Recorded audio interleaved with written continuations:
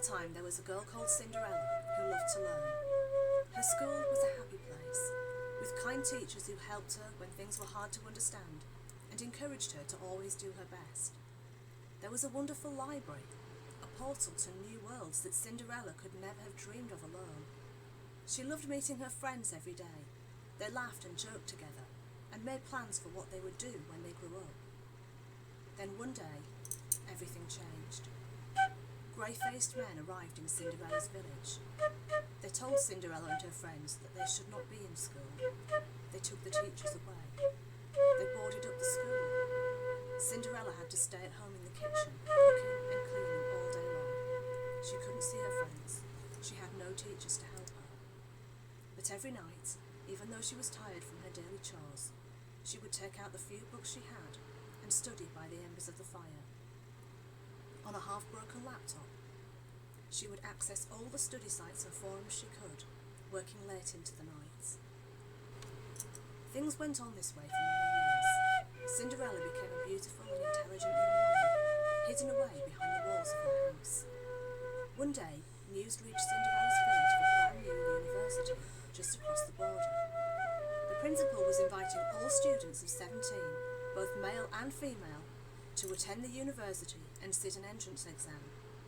Those with the highest marks would gain a scholarship and be able to attend the university for free.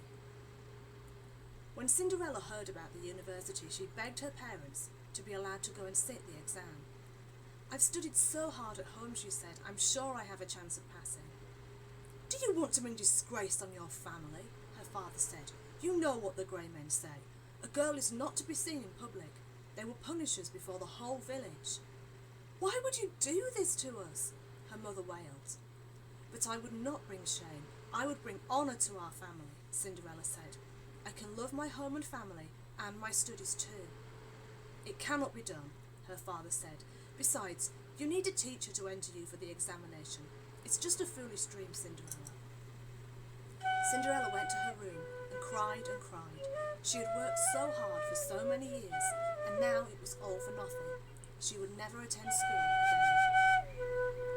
As she wept, she heard a sound of bells behind her. It was one of her online tutors from the country beyond the border, leaving her a message.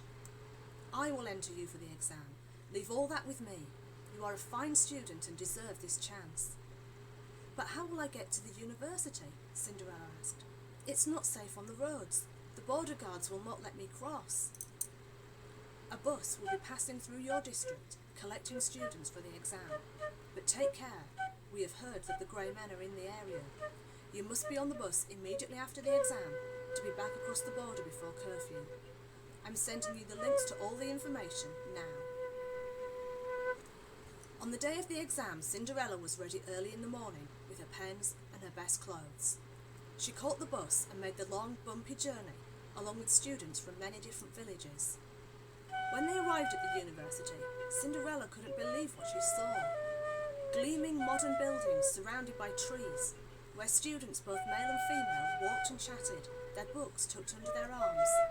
There were lecture theatres, cafes, sports halls, and even a theatre.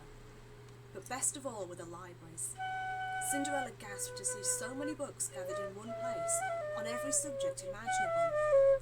Shiny new computers were arranged in clusters, and students were gathered around them, sharing knowledge and information. When the time came for the exam, Cinderella put everything she had into her work. She finished with 3 minutes to spare and checked through all the answers. She was certain she had passed. All the way home on the bus, Cinderella dreamed of the university and of the happy future she would have. But 1 week later, her father came home with grave news. "The grey men have heard about the bus to the university. They are coming. We must leave this village and go elsewhere. It isn't safe." "But I gave the university my address here," said Cinderella. "How will I get my results?" Her mother tore her hair. "Never mind your results. Your father and I should never have allowed you to take that exam. Look what you have brought upon us."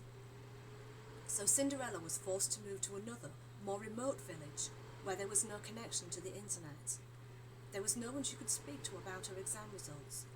All she could do was cook and clean as before, and at night she curled on her bed and cried. Meanwhile, the university staff were marking the exam papers. "Look at this," one of them said to the principal. "It's practically a perfect score. No one has ever seen the like. But we can find no trace of the girl who wrote it. She's not at the address she gave us, and no one will say where she's gone. It's like she's disappeared from the earth." And the tutor shook her head, knowing full well the power of the grey-faced men. But the principal's face became one of steel. "This girl deserves to study. I will find her, whatever it takes." And he sent out texts and emails to contacts both across his and Cinderella's countries, looking for the girl with the perfect score. They went to schools and shops and places of worship, asking after the family who had fled their home. At times they despaired, for many families had fled and some had been imprisoned. People were afraid to talk in case they came to share the same fate. "You must not give up," said the principal. "Keep looking." All this while Cinderella cooked and cleaned and dreamed of the splendid university with its vast library that she would never see again. She was mending the family's clothes when two women and a man came to the house, asking after the girl who had attained the perfect score at the university. "There are no girls here," said her father, for he was afraid they might be agents of the grey men. "No daughters, only sons. I cannot help." "Are you certain?" said one of the women, looking round the room. "Your neighbours speak of a girl at this house who might be the one we're looking for."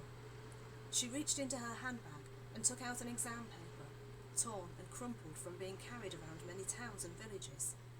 "Isn't this your daughter's name? Isn't this her handwriting?" At this, Cinderella could hold back no longer, for she recognised the voice of the invigilator. She ran out from behind the curtain where she'd been listening and told the visitors everything that had happened. Her parents too spoke out, weeping with happiness at the thought of the future awaiting their beloved child. Cinderella went to the university, where she became a successful and popular student, gaining the highest grades in the country.